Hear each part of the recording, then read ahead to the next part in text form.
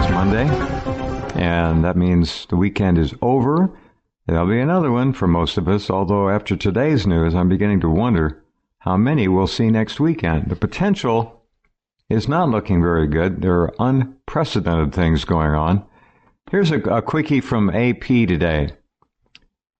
Donald Trump was interviewed by Associated Press on Friday about how he has been doing in office. His first 100 days are coming up very soon. He gave himself, quote, very high marks. Others rather strongly disagree with that. Trump has essentially broken every major promise for the ordinary people who supported him. He escalated Obama's wars. He threatened North Korea and continues to do that as we speak.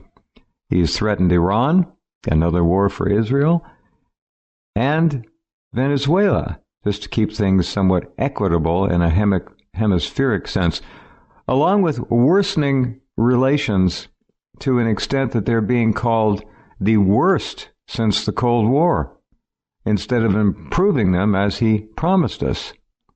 He has changed Senate voting rules, preventing a filibuster, got right-wing extremist Neil Gorsuch appointed as a Supreme Court justice in doing so, and has no legislative achievements, zero so far. Good news, perhaps, because of hard right policies, according to some, but he's not doing much in terms of legislation. Now, here's the big story of the day. I'm sure most of you have heard about this by now. I put it up early this morning. Donald Trump has invited, now that's an unusual word, I think it would probably be ordered, called upon them to appear, invited them to the White House. This will be Wednesday, day after tomorrow, for a, quote, briefing on the North Korea situation amid escalating tensions, and boy, hey, they have certainly gotten tougher over the past few weeks regarding North Korea's missile tests and bellicose rhetoric. Certainly its claims of having an H-bomb ready to fire off at the U.S. certainly didn't mitigate the tension any. White House Press Secretary Sean Spicer confirmed the upcoming briefing for Wednesday. Now, let me welcome our special guest this first hour, my friend of many years, Catherine Austin Fitts. Are you there, Catherine? Good evening, Jeff. I guess it's good evening, but I don't know how good it is. It's getting pretty crazy out there. We have for this briefing on Wednesday, Rex Tillerson, Mr. Exxon, I guess, Secretary of Defense Jim Mad Dog Mattis, Chairman of the JCS, General Joe Dunford, who got to go with Jerry Kushner to the Middle East recently, and Director of National Intelligence Dan Coates. They'll all be there to provide the update to lawmakers.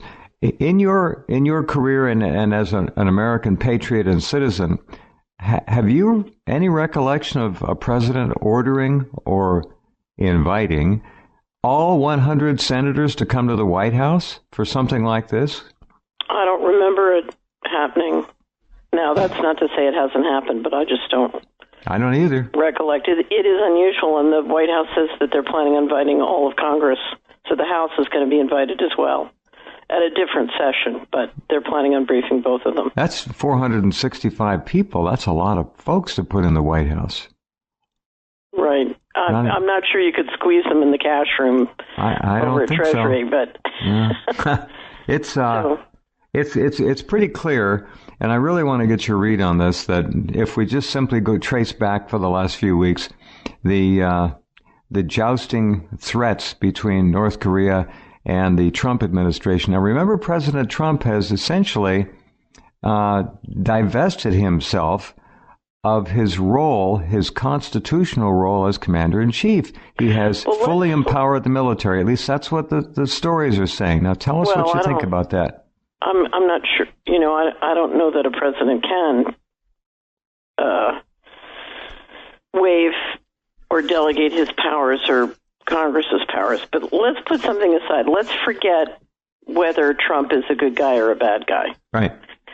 And let's go back, because I published my first quarter wrap-up at basically as of March 31st, so it was the first 70 days.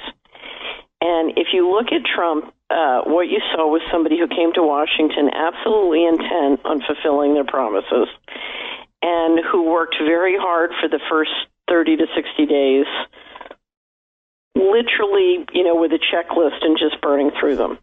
And it was quite remarkably canceled. Remember, we have Clinton and the Bushes now completely quarantined.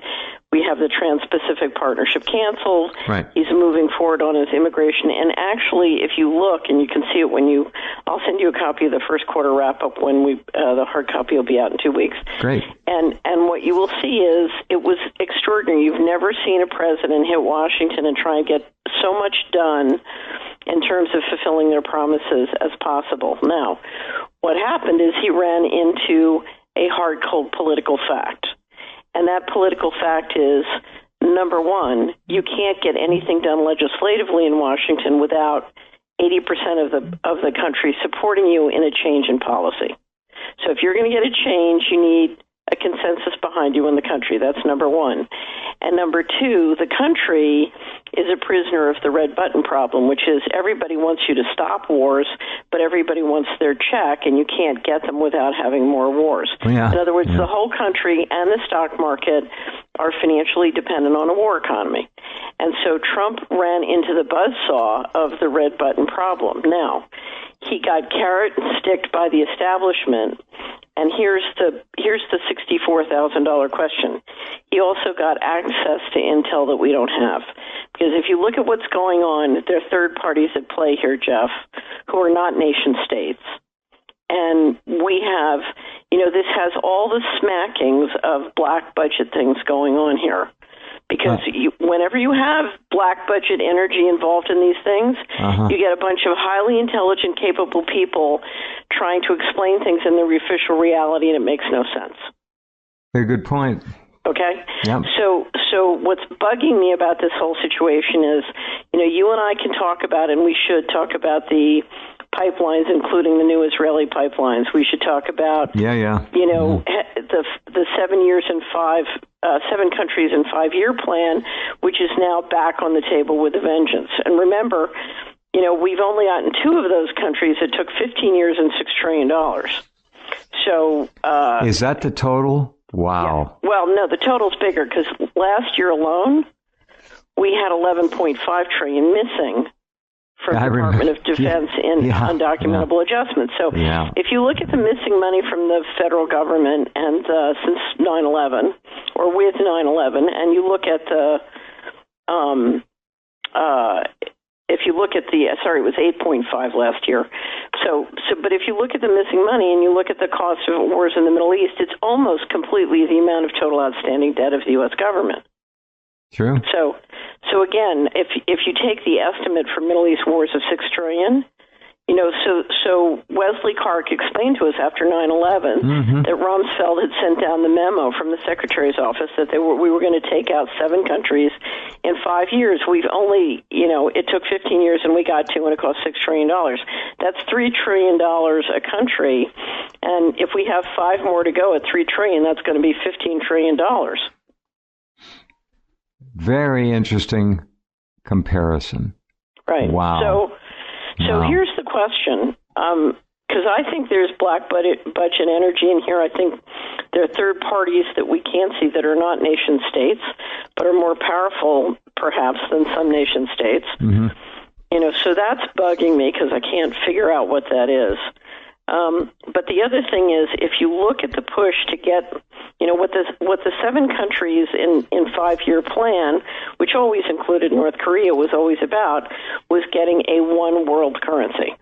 Everybody had to be in the central banking system, and everybody had to be under the authority of what will be, I believe, a one world digital currency. This, believe it or not, this is part and parcel of what the war on cash is about. And the question is, why the hysteria to get total control? Why the revived hysteria? Why now? Why now, indeed. The timing is a little bit troubling. There have to be things going on that we can only guess at, if we can even guess at.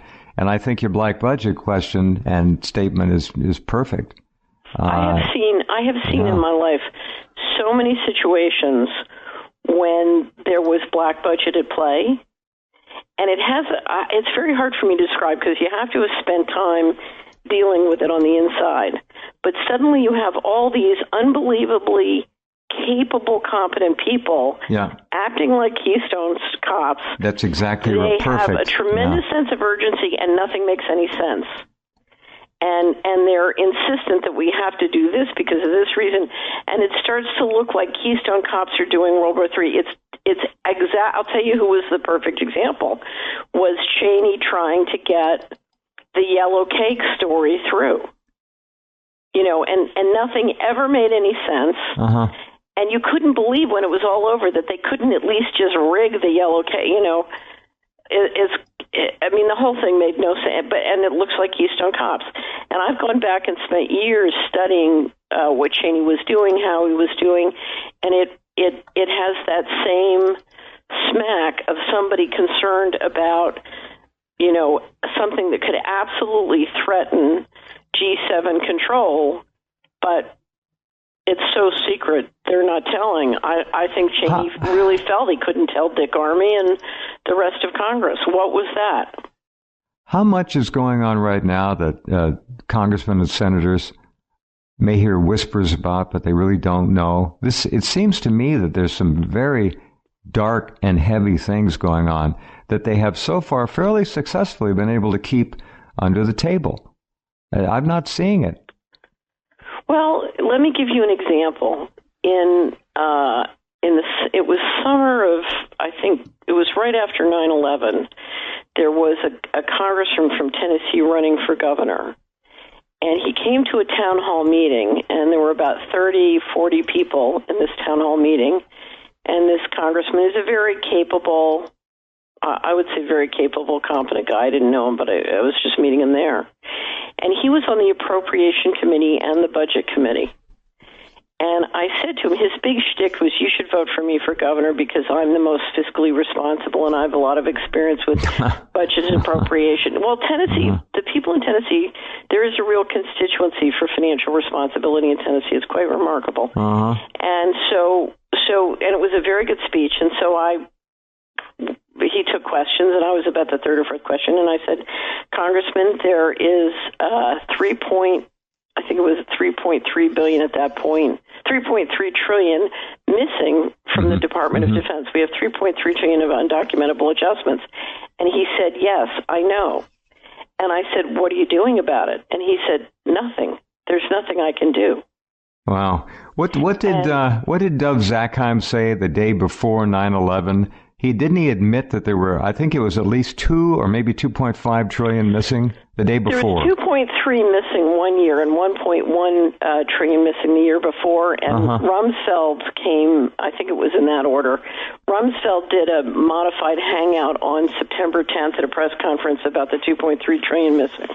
But that was Rumsfeld. And it was very interesting because I was working with a reporter on the story of the missing money and bringing it down to a per person and per county and per state basis. And I said to the reporter, it was a big cover story, it was going to hit every congressional office, and I made the mistake of saying to her that Friday before 9/11, nothing can stop this story from going national now.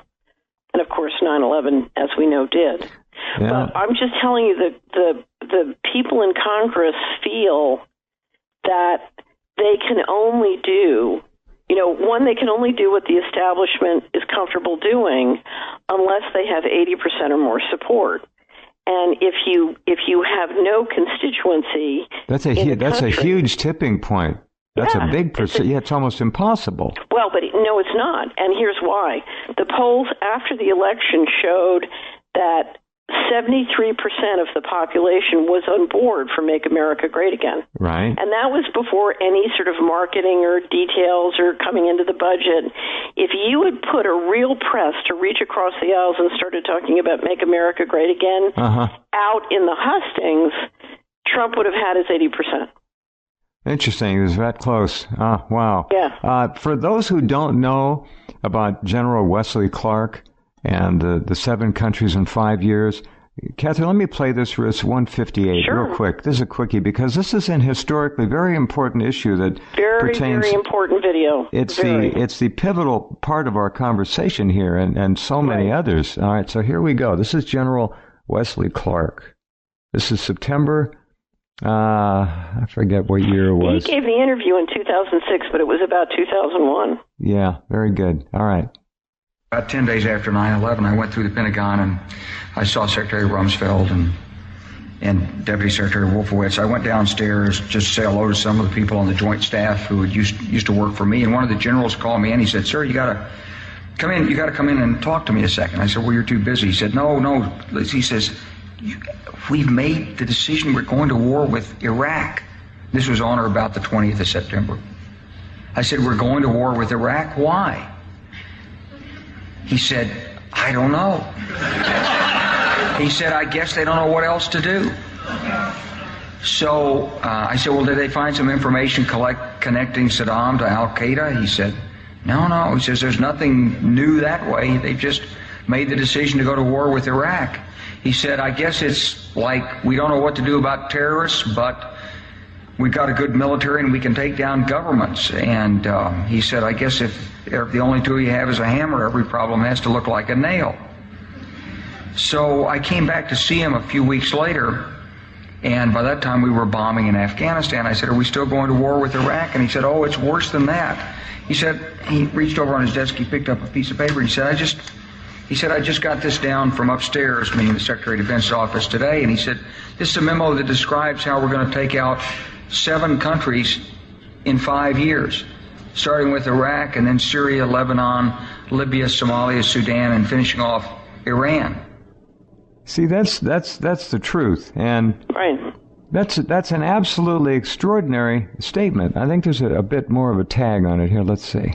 Had there been no oil there, it would be like Africa. Nobody is threatening to intervene in Africa. The problem is the opposite. We keep asking for people to intervene and stop it. And there's no question that the presence of petroleum throughout the region has sparked great power involvement. Oh, yes, there you go. All right, well, that was 2007. Keep in mind what has happened since then. 2 of the 7 countries at a cost of, again, Catherine? $6 trillion. So on that list, Iraq and Libya have essentially been destroyed. That's true. And we spent $6 trillion to do that, including Afghanistan. I think Afghanistan was sort of a precursor to doing Iraq. And, we've been trying ever since to do Syria, but... You know, the thing about Syria, if I might say this, I counted up how many protagonists there are in that battle for Syria, or the dismemberment of Syria. Germany has troops on the ground there, France, the UK, then we have the U.S., of course, and its so-called allies who are working in collaboration with us, the Gulf states and so forth, the Saudis, and you have the madman of Istanbul, or Ankara, the new Sultan of Turkey, and then you have the Israelis. And then you have at least half a dozen terror organizations, not a few of which apparently are certainly supplied by and funded by this country, or portions thereof. So it's a crazy, crazy situation there. Well, there's something else. If you look at the Buster bombs that we've been dropping, it looks to me like something is definitely going on. Those are rehearsals, aren't seriously. they? Yeah, those to me look like rehearsals. The Moab. We've got nuclear bunker busters as well. The USS Vinson, the nuclear aircraft carrier, and the attack group should be in Korean waters in just a few days. If they're not there already, we don't know because they don't tell us exactly where they are. This could get to the point where one could come away with a quick survey of what we're talking about and say, well, it does look like you could argue that a case could be made that the decision has already been made to go to war on North Korea. And they're just going to... No, I think the decision has been made to try and denuclearize Korea. Yeah. And to make it worth China's while to play on that. Right. And the question is, why do you want to denuclearize it? And I would suggest, it looks to me like you want You want to get everybody in the central banking warfare model, and that's what you need to do a one world currency. Oh, this is all tied together. Oh, very good. All right, good point. Yeah. And that's, Russia is the big, now Russia has a central bank, but Russia is still potentially a big stinker on this. Well, the only nations that have their own central banking paradigm to work within are North Korea, Cuba, and Iran. That's my count anyway. Certainly the Russians pretty much control their own, but there are a lot of links there I don't know about. I'm not a pro. But those three are the three countries that still are independent. Now, Libya was. That's gone. Saddam Hussein wanted to remain independent. He's gone. We kill people. We kill a lot of people. But remember, some of those countries are, in essence, protecting Iran as the hegemon in that area. And they're buffers, Right. You've got to get Iran in, and to get Iran in, you've got to get Russia and some of those other countries to go along. So, and don't think for a minute that everybody doesn't realize, okay, if 100% of the world is in the central banking warfare model, what is it going to mean to me? And there are numerous parties and countries who don't want to be in that model. There are many. And there are also stories now, a cashless world.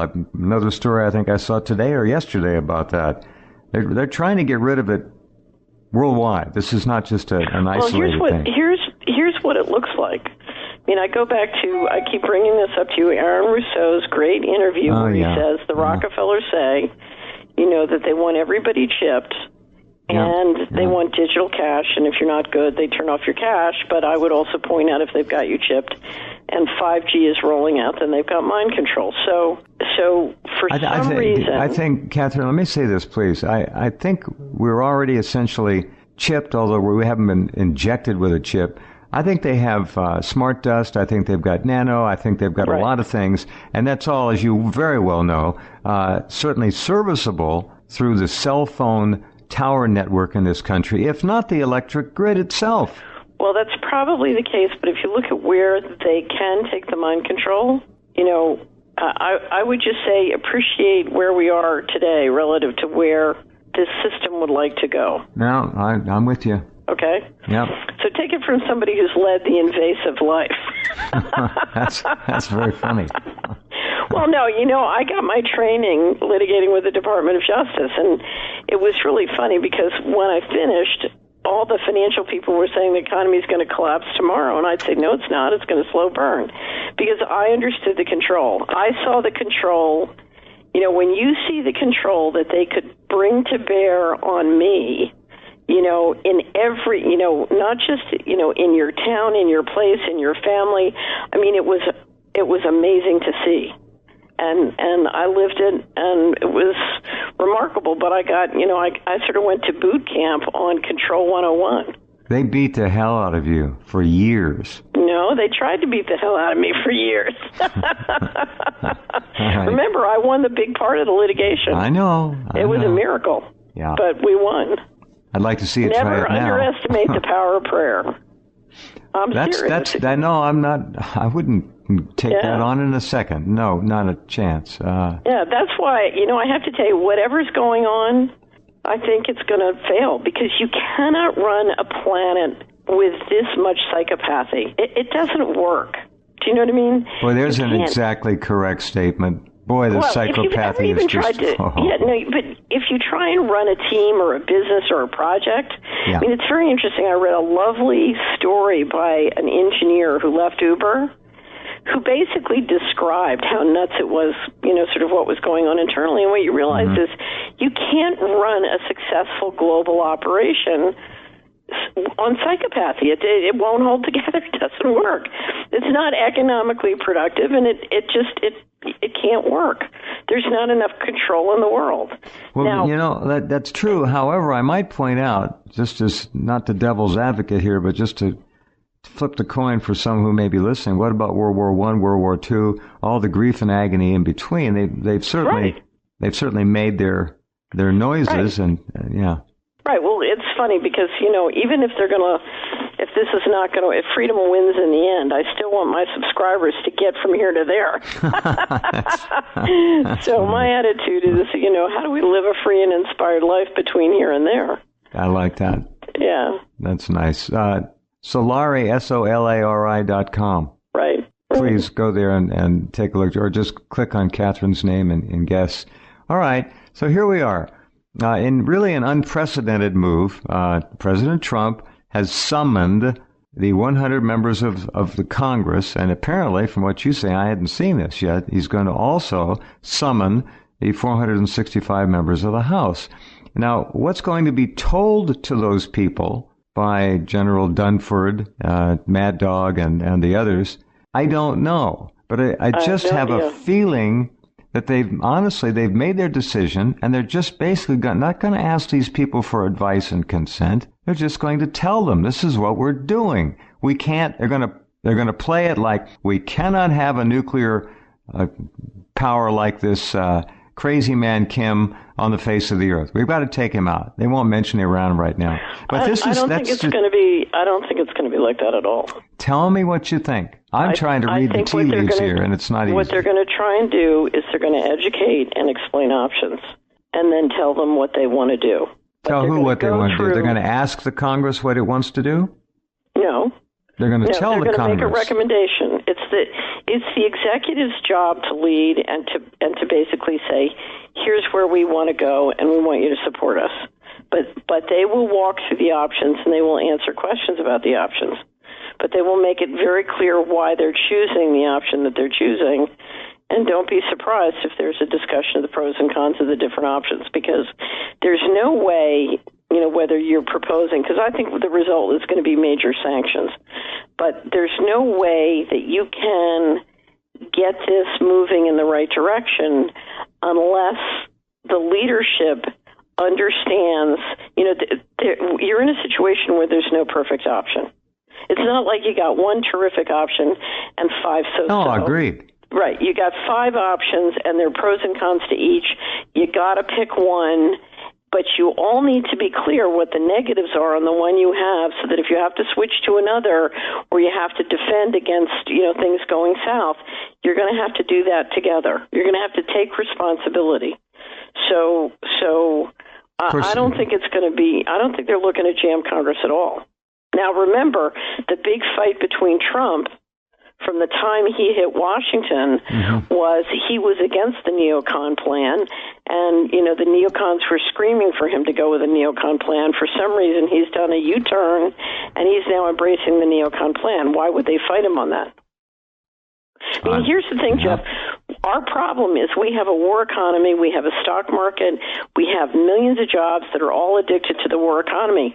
The Shriek-O-Meter was screaming at him because he was threatening to turn money off to the war economy. Now he's threatening to put massive amounts of money in the war economy. Why would they fight him? He's already promised $58 billion more to the Pentagon. They need a war. The beast wants to be fed, does it not? The war beast. Here's the thing. It's certainly acting. Let's go through all the different logic, but I think before we start going through the logic, we have to underscore the fact that there is important intelligence we're missing. And it's more important to figure out what that intelligence is and to bring transparency to it than to start calling people bad guys or good guys. Right. We're in a situation where there are no good guys. Amen to that. Okay. So, we're sitting on the world's finest piece of real estate, and we got it by killing the people who were here. So let's just start with that. Yeah. Okay. All too true. Tragically true. Yeah. 60 million of the people who were here. Okay, so there's the big $64,000 black budget question. Who are the third parties at play, and what are those politics? We're not sure. Okay, but that's a big one. Okay, let's go down to the smaller ones. On April 3rd, the Israelis, your favorite people, signed up with Italy, Greece, and Cyprus a pipeline straight to Europe, the preliminary agreements, and the Financial Times reported that they had discussed the $6 billion financing with Goldman Sachs and Morgan Stanley. Remember, the $6 billion project financing needs to be arranged up front. Right. Okay, so you know what the fees on $6 billion are. Okay, fill my pockets nicely. So that's April 3rd. April 4th, we have the alleged sarin gas attack. Right. What a coincidence. What a funny thing. Well, that's your age-old also good for axiom. financing, Mm-hmm. and getting agreements on the Qatar-Turkey pipeline. All right. Well, let's talk about the railroad that the Israelis want to build. They want to take a railroad. The railroad. I don't know about the railroad. Educate me. Well, as far as I can tell, it's going, I believe, through Jordan, then through Syria, and it may end up in Turkey. But it's a major rail link that they're putting in there. What they're going to carry on it, I don't know. Let me see if I can find something real quick. Well, just remember, the Chinese have had great success. They've now got their rail line going into Iran and freight going all the way to England. So the Silk Road. The Chinese are building railroads on the Silk Road like there's no tomorrow. Yeah. And I think that's one of the big issues. Israel wants to be the hegemon in the middle of the Silk Road, and right now Iran essentially is. Now, they've been, yes. Now, geographically, they're kind of, I don't know how this is going to work. I don't get it. Geographically, they have great power. The Israelis, of course, have a nuclear arsenal. 400 to 500 bombs. Right.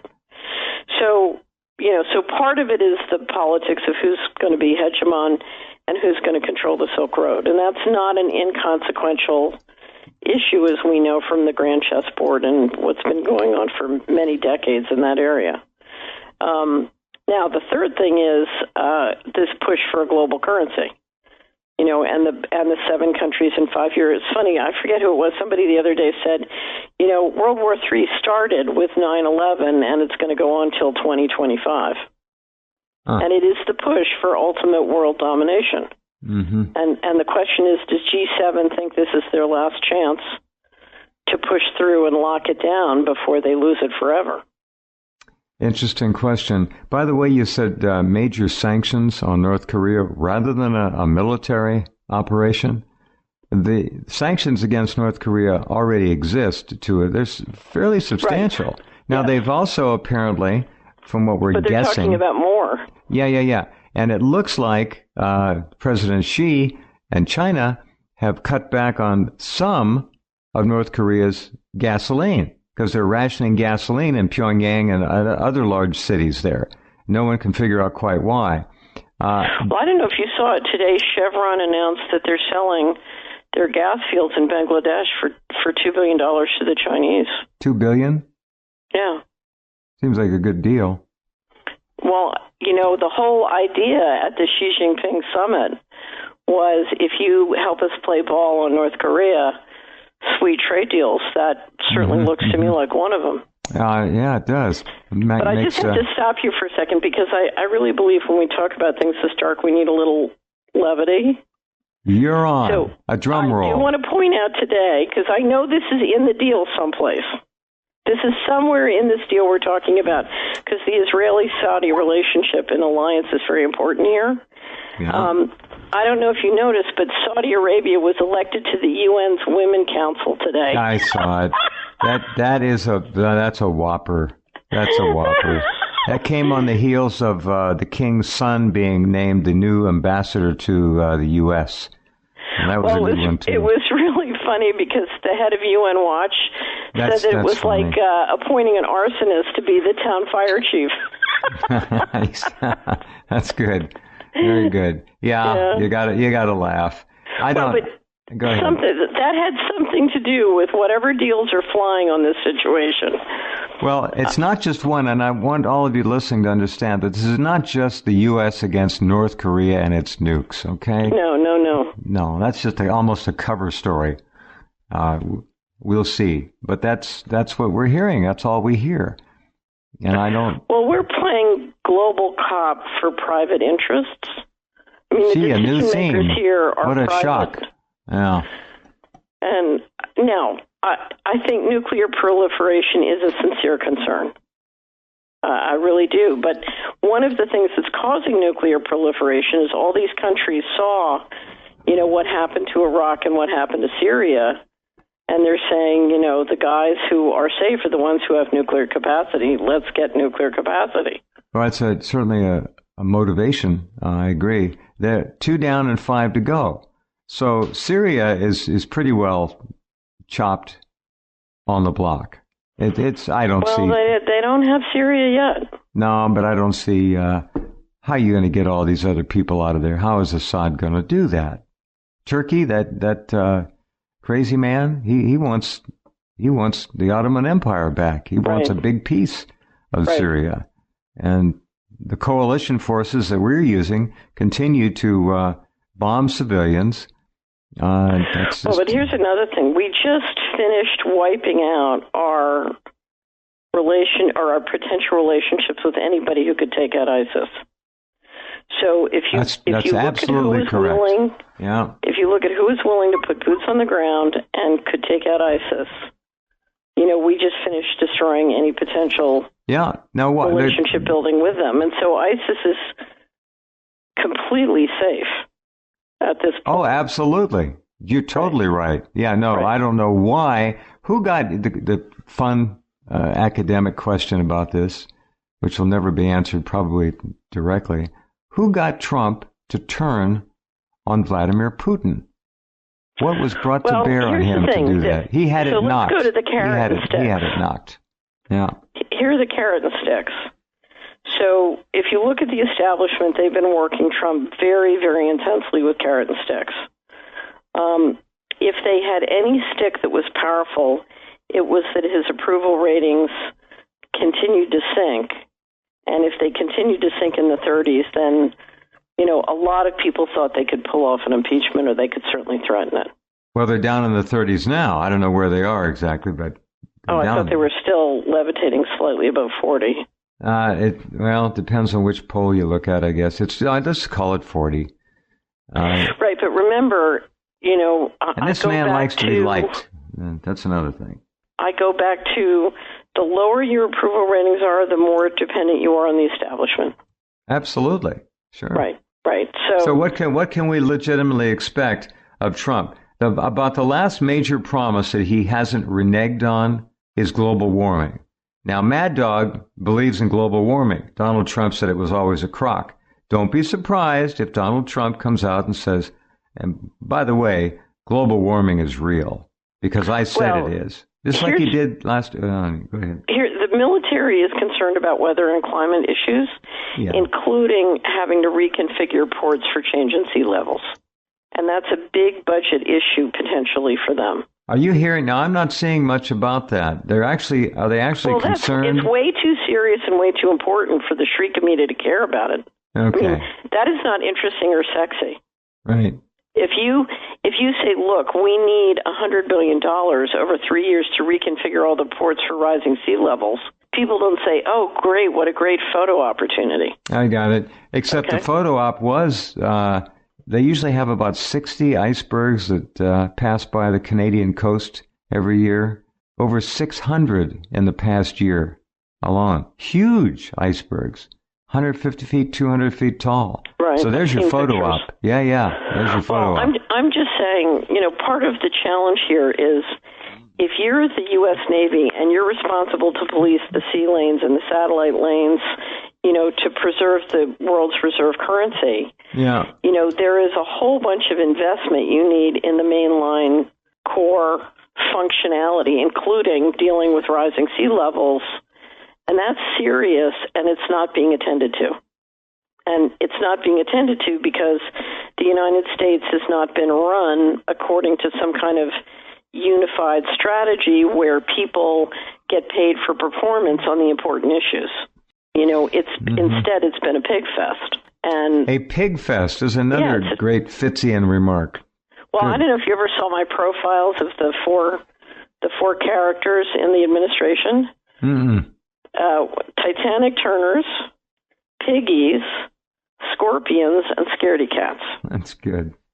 So now I'll tell you, Trump went in there sincerely as a Titanic Turner. Now, why is he doing what he's doing? I don't know. They sure switched him in a hurry. I don't know if you know anything. Funny thing. They weren't switching him for the first couple months, and he was doing a great job of fighting the establishment. Right. And the establishment was screaming bloody murder because he was sending the cash flows out of the unproductive into the productive, and then suddenly, in a week, he did a series of remarkable U-turns with no explanation. Right. One global commentator said, "Will the real Trump foreign policy please stand up?" And I've never seen this kind of U-turns this fast with no explanation ever, and the question is why. And that's a huge question. Now, I will tell you, Trump is not easily scared, but he's acting like a scared man. The question is why. Did they threaten him? I don't know. There are so many options. Did they threaten him? You'll lose your entire family industry, Donald, if you don't play ball. I don't think that's it. I think. I'm not saying that they can't find dirt. A guy like Trump, they can't find and cook up dirt, but I think there's something going on in both the establishment and the economy that he's beginning to understand, the chessboard game and the threats that basically the G7 and American team are experiencing. I ran a story, very interesting headline. Globalists say they are working hard to normalize Trump. Well, that's true. And remember, this is not a man of extraordinary character. Okay?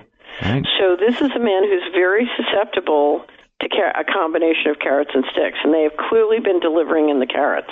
He doesn't know which end is up sometimes. I get that sense. I don't know. Now, does this tie into Jerry Kushner and Princess Ivanka in any way that you can see, both serving in the White House in violation of the nepotism laws, which they circumvented when Daddy said, aha, we'll put you both in here, but we won't pay you, so we won't be breaking the law. That's how they got him in. Yeah, but here's the thing. Right now you see all sorts of disinformation trying to blame things. It's kind of like the aliens made me do it. Ivanka made me do it. Ivanka cried when she saw the child. That's all cover story. Right. That's so you won't look at what Netanyahu is doing, and you won't look at what, the City of London is doing, and you won't look at... No, you don't hear anything about that. That's just disinfo. Nothing. No, right. Nothing. So I assure you, I'm not saying that Trump doesn't, Trump likes to have his family around because they're loyal. And when you're in that situation, it helps to have people who are loyal. And I'm not, Kushner strikes me as a pretty smart cookie, but I think they're young and they just don't begin to understand. How can they have the wisdom? You don't, if you look at a guy like Bannon or Flynn, they've been around enough so that they know a lot because someone like Kushner, I don't know Kushner, but you take a guy like Kushner or someone like Ivanka, and you can spin him a yarn on a position that is total crap, but it sounds great. And, the people they have coming in to spin those yarns, they are the creme de la creme. Trump's very susceptible to winners. And this is winner after winner after winner telling you this is the way to go and appealing to your sense of, well, you're in the club now and now you're in the club. He can be influenced. There's no question about that. He also has a weakness. He likes to be liked, and that makes him another target for people who can play the game. Here's the thing. Don't think about Trump. I'm going to step back, and if there's a villain in this picture, let me tell you who the villain is. For 20 years, I have told 16 years, I've told the red button story. Okay? And the red button story basically explains that the addiction to the war economy isn't just in Washington, and it just isn't in Wall Street. It is in every county in America. All this mortgage fraud, all the narcotics trafficking is one county at a time. There are people, in every county making money on organized crime, making money on financial fraud, making money on the war economy, and all sorts of shenanigans. And lest we forget, they're also involved in pedophilia in every county in this country. Right. And so the reality is you can't turn Washington unless you can turn a majority of 3,100 counties. And every 4 years, Every 2 years, everybody is focused on the national elections, and every 4 years, they're focused on the national and presidential elections, and I can't get anybody interested in cleaning up their county. And let me tell you something, Jeff. If you won't turn your county, how do you expect Congress to turn 3,100 counties if you won't turn your county? Of course. And I've told people this for years. It's your city councils you got to start with and your county board of supervisors. Don't forget that. You have power. Well, but here's the thing. I don't need to start with my city council. I need to start with myself. Why are we banking at J.P. Morgan Chase? Why are we banking at all these banks? Why are we, come clean? Get the tapeworm out of your wallet. Get it out of your back pocket. Get it out. Turn off your TV. Why is anybody watching TV? Why is any sane person? I mean, if you didn't know, WikiLeaks certainly made it clear today. The CIA is watching you and recording you if you're looking at TV. When I got rid of mine? 28 years ago. Yeah, I got rid of mine in 1984. I told you I heard two guys, two billionaire types talking about the entrainment technology that was going to be rolled out. It scared me to death. That was it. Goodbye TV. So that was. Yeah, I got rid of mine in 88. So you got me by 4. But we still have. We still have a brain. I can't believe I beat you at something. That's unbelievable. You were always the first, Jeff. No. You got me on that one. But okay, so the American people know better. Don't blame Trump. Okay, the president of the United States can do nothing in terms of major turning of policies without an 80% consensus. We've known that for decades. We know what it takes. But we don't want to come clean, and we don't want to make our county come clean. You're totally right. And we don't want to make our family come clean. How is the president supposed to do it if we're not willing to do our piece? And the congressional campaign season starts in February, and every time we send back 94 to 96%. Every time. We just renew them and give them another 2 years. Well, but here's the thing, because I know some really excellent, there are some really excellent people in Congress. There are. They cannot do what can they do? What we want them to do. So look at healthcare, okay?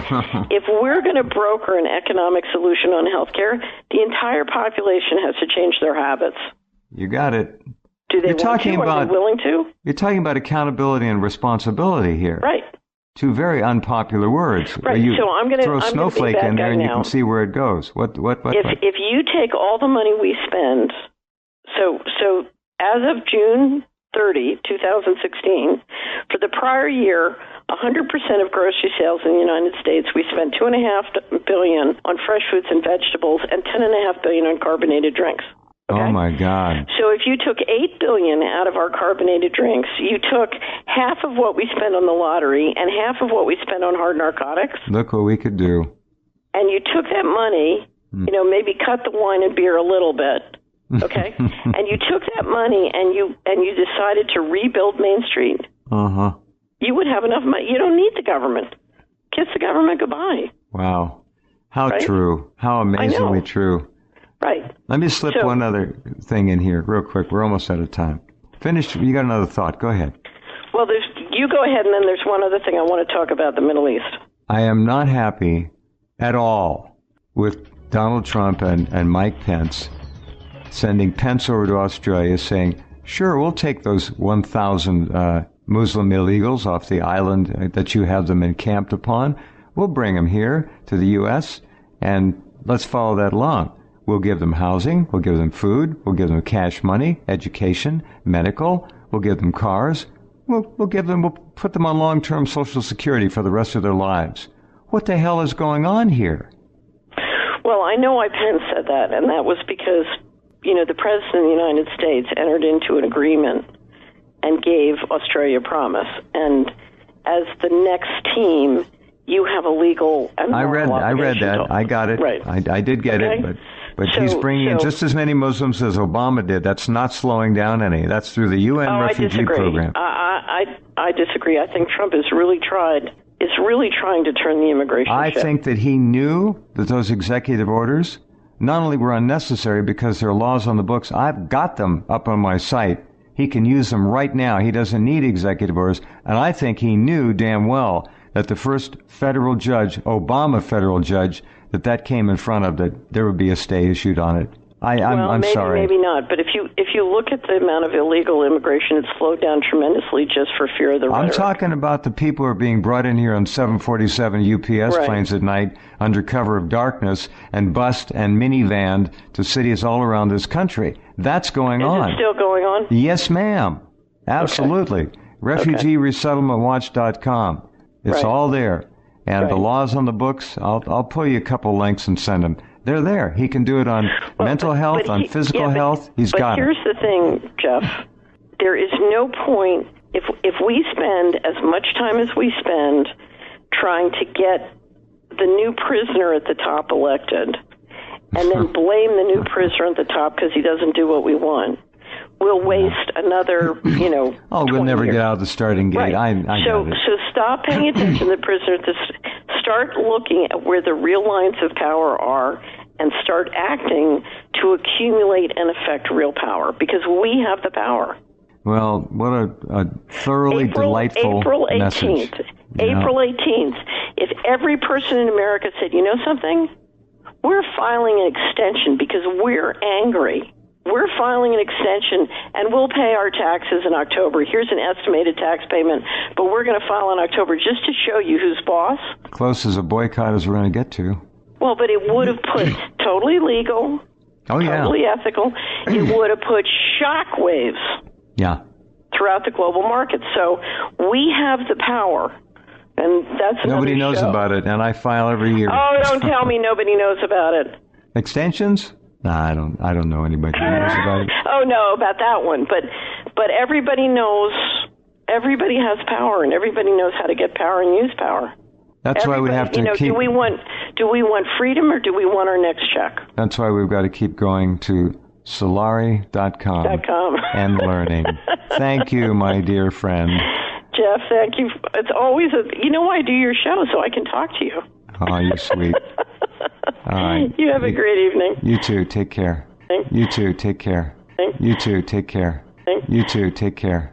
You too. Take care. You too. Take care. You too. Take care. You too. Take care. You too. Take care. You too. Take care.